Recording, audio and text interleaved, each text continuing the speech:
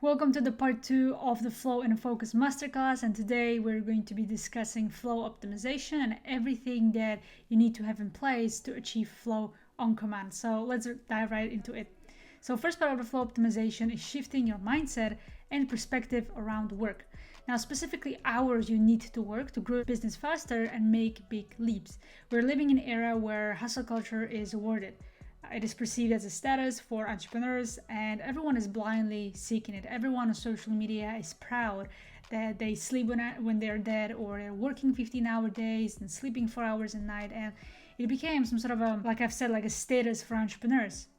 And so many entrepreneurs actually fall into that trap, and maybe you did too in the past, because from what my experience in my entrepreneurial journey, I fell into that trap way too often.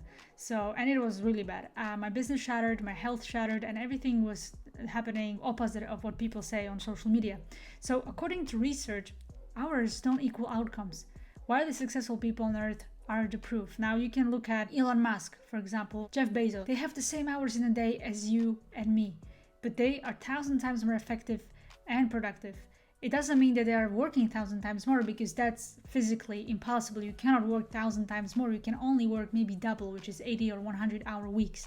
And that's maximum that a human being can for some sustained period of time, even though that's kind of questionable as well. But the biggest blocker of efficiency and productivity is thinking that the time is the main thing that drives the productivity and results. And additional hours, according to research, lead to decreased of total output. There's a study by Stanford University that I like to show you that drives this point home, is that they compared individuals working 50-hour weeks as well as individuals working 75 hours a week and more. And what the study found out is that there was not really any difference in terms of output and better results and more efficiency between those people. So those 15 hours didn't do much.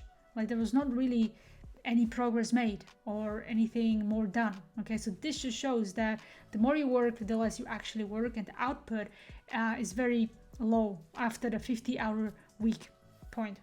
So that's because of the stress that builds up, and you perform worse and worse on pointless tasks because you're working for the sake of just working and staying busy. More hours and stress leads to exhaustion, which leads to poor decision making, and that results in making errors and mistakes that can cause your business thousands of dollars, if not more, and it can also cost you progress and overall growth.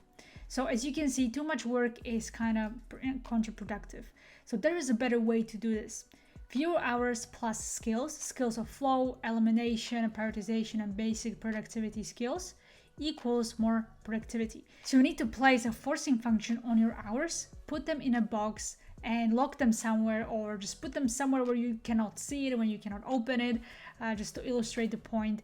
And that's the key, okay? And that leads me to the concept of work compression. Now, work compression means reducing the number of hours you work. On top of that, you pick a specific number of hours that is much less than you currently work. Once you make that decision, you commit to it, and you never, no matter what happens, you never exceed the amount of hours you have to work in that day. You stick to that number. By using work compression, you are forced to unlock the skills needed to amplify productivity. You're going to be more primed and focused, which will result in you getting the same output, if not more, in half the time. Okay, so that's really important to understand. Now let's dive deeper into the 3 main benefits of work compression and why you should try that. Number 1, perceived importance. So it's a degree to which you can clearly see what is important and what's not. This allows you to prioritize better, so you can sequence things in order of importance and eliminate tasks that are not going to produce results for you at all. Research found that perceived importance heightens access to the flow state, which is what we ultimately want. And you are more motivated to pay attention to those tasks, invest more effort to stay in your focus, and that drives you to flow. And when you are in the flow, according to research, it's shown that you boost your productivity by 400 up to 500%. So that's a huge increase. So you can simply tap into the power of perceived importance by cutting down your hours and forcing yourself to get those important tasks done within the time range. Number 2, challenge skill balance. So this is very important. It's a balance where you balance too much anxiety and too much boredom, and you find yourself in the middle, because too little challenge leads to apathy and boredom. The best way to tune this balance is to exceed what you're normally capable of about 4 more. So every single day with a task that is very important to you, high priority, you want to increase the difficulty by 4%, okay? That will help you get into the flow state because of the challenge skill balance. Now, as mentioned in previous part of the training, you want to challenge what you're doing slightly to outstrip your current skill level. So that's important thing to remember. So increased challenge means increased skills, decreased hours, and increased challenge. This puts you in a sweet spot between boredom and anxiety, which is the flow. Perceived importance plus challenge skill balance equals better flow. So don't push too far though, because once you push too hard, it can lead to either anxiety or boredom or apathy towards the task and towards overall situation. So you want to slightly stretch, but you don't want to snap, okay? So that's really important. And number 3, recovery. So recovery is a part of flow cycle, and entrepreneurs can get in the flow because they can recover properly, and that's one of the biggest issues. The main reason for that is because of the obligation we create in our minds that we have to produce more, we have to do more output, we have to be this, we have to, do all of these things in the world, and that essentially makes it impossible for us to recover. Here's the thing, doing more things, being more, and producing more in your brain, it results in a constant drip of cortisol as well as norepinephrine, which puts your nervous system in a permanent low-grade state of fight or flight, which is very dangerous to your nervous system, and it causes a lot of stress.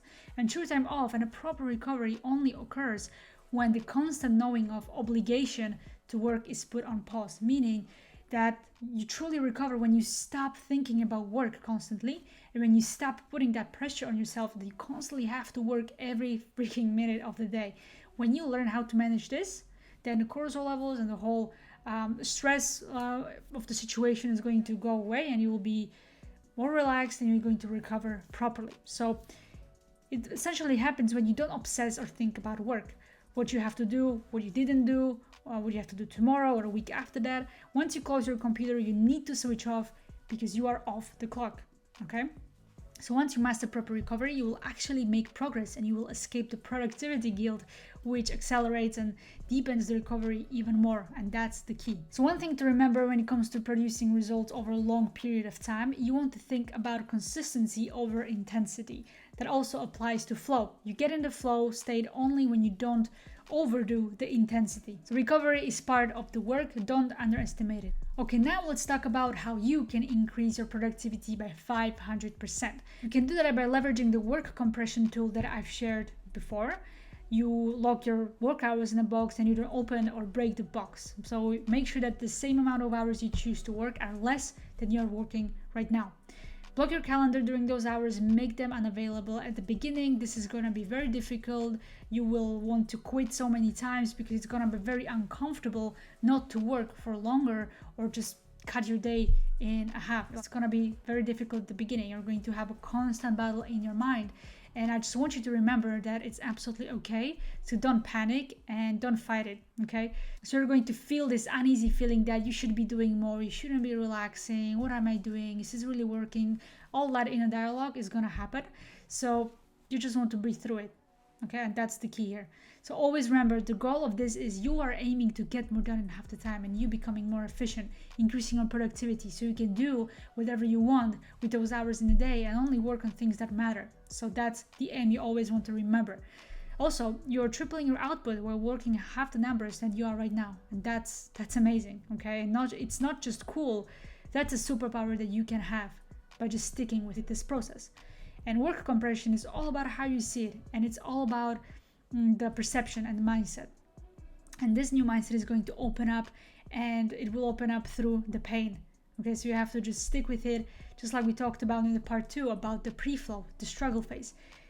It's very similar to this. You need to go through a struggle and you need to push through so you can unlock the benefits. Like with the flow, you unlock the flow. With work compression, you unlock more hours in a day and you get more done. So it will force your brain to problem solve and see things more clearly. So remember, subtract your hours plus multiply your output equals 5 times more productivity and progress. Okay, so let's talk about daily structure to maximize flow and focus. So not every block in your day needs to be a flow block. To enter the flow state, you need a task that is 4% above your challenge skill level. So not every task is going to be like this. Tasks like replying emails, Slack messages, or any menial task, these won't put you in a flow state because they're boring and menial and they're not challenging enough. So with that said, you're going to have two types of blocks in your day. Block number one is going to be called the flow block. And this is the block where you work on the needle moving tasks. Minimum of 50 to 60 seconds long, maximum of 120 minutes long. And ideally, like the sweet spot is 90 minutes. If you can have your flow blocks 90 minutes long, that's the sweet spot. Block number two is going to be focused around low focus tasks, okay? So every other task and meetings. So these tasks don't require a lot of energy and cognitive performance. They also don't move the direct needle in your business. So there, of course, like there are some tasks that are essential, but they're not as essential as your needle moving tasks. And this blog is also perfect for taking calls, checking with your team, checking with your clients and customers. So you all do that communication in the second half of your day or in the low focus block.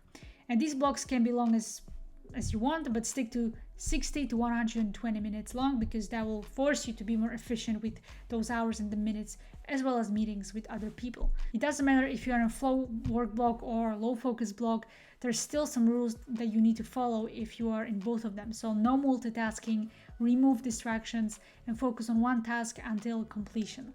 So now that you understand the two types of work blocks, let's dive deeper into when you should be doing them. So your flow block, which is right here, is always recommended to do first thing in the morning. And that's because you have the highest energy as well as mental clarity and willpower to tackle difficult and important tasks. So you want to leverage that and do it immediately or after your morning routine. Once you're done with all of these tasks in the flow work block, now it's time to start working on those secondary tasks or priority 3 or 4 tasks that happen in the low focus block, as well as meetings. So here is what happens if you do those deep work flow blocks in the evening. Well, you won't have enough energy to push through them, and the output you are going to be producing will be very poor, and it actually won't get you anywhere. So that's why working on the most important task in the evening is actually very inefficient, and there's actually also a low likelihood that you will get the task done. You will probably postpone it to the next day or next week, and the cycle continues. And it's because in the evening you don't have any energy and your neurochemicals are probably depleted from the task you were doing before. And just like with energy, you have a limited amount, so you need to use it wisely. So there is no juice left in your brain to do difficult and important tasks. So that's why flow blocks come first and low focus blocks come second. So with this information, you can schedule them in your calendar, and I'm going to tell you exactly my hourly schedule that I use and I stick to, and it's going to be different from person to person. So I'm just going to show you mine, but you don't have to copy and paste it exactly. Just think about how you can apply it to your own schedule and to your own life. So my flow work block starts around 7 a.m. and it ends around 11 a.m. And then I have my lunch. I take a walk or do a quick workout or just eat lunch and relax and prime myself for the next half of the day. My flow work blocks are always set in stone. I never change them. I never skip them. However, my low focus work blocks, which are right here, vary from day to day. Sometimes there's nothing really much to do instead of ending around 5 p.m. and sometimes I end the day at 3 p.m. Or sometimes there are things that I have to do, some meetings and low focus tasks that I have to get done. So I push the day to 6 p.m. That's why I always have a shutdown time. I won't work after 7 p.m. Just like with starting time, I never work later than 7 a.m. And these are the two rules I always stick to. So you can think right now about the rules that you can apply for yourself as well. So when it comes to the exact tasks that you should be doing in your morning flow work block, that depends. It depends on what business you run. It depends on where you are at with your business at the moment and many things. Okay, so I'm not going to give you exactly the exact task you should be doing, but what you can do is you can ask yourself this one question: what's the most important task I can focus on that will drive my business forward? And go from there. Once you're clear on what to do every single day, schedule that in your calendar. Plan every hour of the day if you need to or if you want to. I don't usually do that. I just plan my deep work in the morning, and then I plan some low focus tasks that I have to do in the afternoon, but usually those are meetings. They're already scheduled, or some tasks that I can just schedule quickly. But mostly what I always focus on is that I schedule my flow work blocks every single day, or I make sure that they are there so I'm 100% clear on what I need to be doing. So that's why I recommend blocking every hour of your day or just planning your day in general in your calendar, so you ensure that you get everything done in the right time, in the right order. So every single evening, plan your day and have 100% clarity on your tasks and your schedule. Now, I created a while back this perfect day for entrepreneurs checklist. You will find it in the description, or you can just click here if you have access to this document. You can click it and you can just go through it. It's a step-by-step, hour per hour, or pretty much phase-by-phase checklist you can apply to have a perfect day as an entrepreneur to maximize your output and efficiency. So if you're interested in checking it out, it's free. There is no opt-in or anything like that. So you can just click it and access it if you want. I'm going to finish this part 2 of the masterclass by talking about how you can reprogram yourself to access maximum flow and focus, because this is very crucial. Now, modern living is full of instant gratification. If you want something, you can get it instantly. Want dopamine to feel good and feel relaxed, quote unquote, you can go and scroll on social media. We are being programmed that we don't really need anything, or we don't really need to do anything to get something. That's the programming that most of the people in this world, they have this programming and they run from it. So we are programmed to multitask and waste hours on social media, tricking ourselves that this is how we relax, tricking ourselves that this is productive. It's actually the opposite.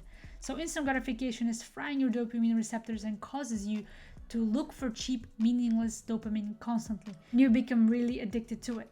So when you sit down to work and you want to do some deep focused work, your brain is constantly looking for that cheap dopamine that can access at any point during the day. So something more entertaining than working on your business. So it wants you to grab your phone and scroll, watch YouTube videos, listen to music, listen to entertaining podcasts, whatever that might be, or watching a movie or a TV show, everything and anything distracting. So if you want a long-term success, you need to reprogram yourself to stop wanting and needing the instant gratification. So that's the first step, because your results won't come overnight, and that's a fact. You need patience. You need to remove the idea that you're going to get the money you want and the results and the success you want overnight, because it doesn't really work like that. So if you don't reprogram yourself and you're going to stay in this instant gratification mode, it's going to be 10 times much harder for you to achieve success and go through the day and perform and do great output and get things done. And the best way to remove this conditioning is to do a dopamine detox. And that doesn't mean to take away your dopamine, because it doesn't really work that way. But you detox it, so you take those instant gratification, unproductive activities you're doing every single day. So you either cut them down completely from your life, or you rechannel it to something more productive, which is your work. And the quickest way to start this process is to uninstall all social media platforms from your phone, make it impossible for you to access it on a day-to-day, as well as cancel the subscription on Netflix and just get rid of it. Hide your PlayStation in the closet, or sell it, or give it to a friend or someone. Just make it impossible for you to see it, access it, use it. Okay, and also you can make it unattractive by just really creating this negative feeling inside yourself towards that thing. Okay, that's how I was able to conquer my social media addiction and my phone addiction. I just created this negative state towards social media, and I absolutely hate it. I don't use it and I don't like it. So that's something you can do mind-wise. But just like with dopamine detox, this is a topic for completely another video, but I figured this is very important to mention in the Flow and Focus Masterclass, because dopamine and distractions, they play a big role in how we focus and how we work. So it needed to be said. And if you want a more detailed video, you can find it on my channel, or I will record a new one about how to do dopamine detox properly to see maximum results. But for now, this is all what you gotta know and what you need to be aware of. So that's everything for part 2 of this masterclass. If you liked it, hit the thumbs up, subscribe, and stay tuned for the part 3.